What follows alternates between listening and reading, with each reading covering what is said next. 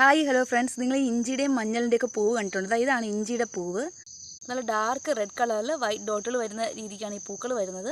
നല്ല ഭംഗിയുണ്ട് കാണാനായിട്ട്. ഇപ്പോൾ ചെറിയ പോള പോലെ വരുന്നുണ്ട്. അപ്പോൾ ഇതിൻ്റെ ഓരോ വശങ്ങളിൽ നിന്നും ചെറിയ ചെറിയ മുട്ടുകൾ നമുക്ക് ശ്രദ്ധിച്ച് നോക്കിയാൽ കാണാൻ പറ്റും. ഇതാണ് മഞ്ഞളിൻ്റെ പൂവ്, കണ്ടോ.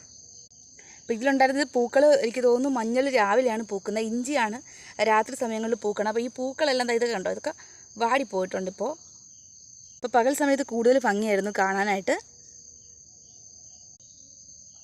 ഇപ്പം മഞ്ഞളിൻ്റെ ലീഫിൻ്റെ ഇടയിൽ നിന്നാണ് ഇതാ കണ്ടോ ഇതുപോലെ പൂക്കൾ വരുന്നത്.